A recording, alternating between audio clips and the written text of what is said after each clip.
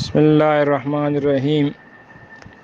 ادب کے واقعات میں سے ایک امام مالک رحمۃ اللہ علیہ کا واقعہ ہے کہ جب لوگ امام مالک رحمۃ اللہ علیہ کے پاس علم حاصل کرنے کے لیے آتے تو ایک خادمہ ان لوگوں سے پہلے دریافت کرتی کہ حدیث مبارک کے لیے آئے ہو یا فقہی مسائل معلوم کرنے کے لیے آئے ہو۔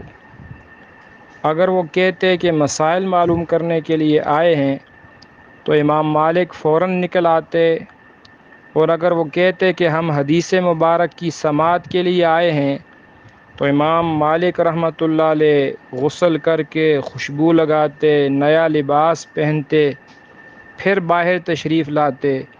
آپ کے لیے ایک تخت بچھایا جاتا جس پر بیٹھ کر آپ حدیث بیان فرماتے، اور اس دوران عود خوشبو کی دھونی دی جاتی۔ کسی نے اس اہتمام کی وجہ پوچھی تو فرمایا، میں چاہتا ہوں کہ اس طرح سیدنا رسول اللہ صلی اللہ علیہ وسلم کی حدیث کی تعظیم کرو۔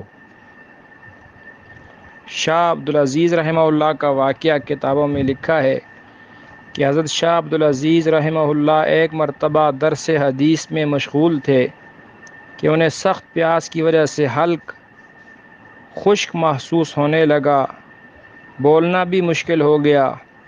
انہوں نے ایک طالب علم سے فرمایا، پانی لے آؤ۔ طالب علم جب گھر پہنچا اور پینے کے لیے پانی طلب کیا تو شاہ ولی اللہ محدث دہلوی رحمہ اللہ یہ سن کر بہت پریشان ہوئے۔ فرمایا، افسوس، ہمارے خاندان سے علم رخصت ہو گیا۔ تو ان کی اہلیہ کہنے لگی، آپ جلدی نہ کریں۔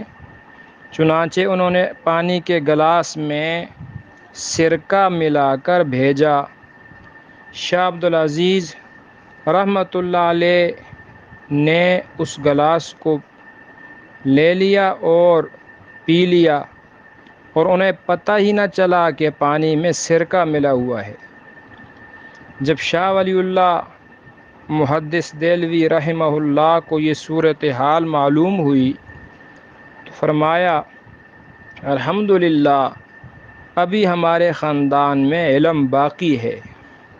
تو انسان اندازہ لگائے ان لوگوں کو اللہ نے کتنا ادب عطا فرمایا ہوا تھا، حدیث کا، دین کا کتنا ادب کرتے تھے۔ انہی جیسی ہستیوں سے یہ دین ہم تک پہنچا ہے۔ اللہ تعالی ہمیں بھی ان کی اتباع نصیب فرمائے، آمین یا رب العالمین۔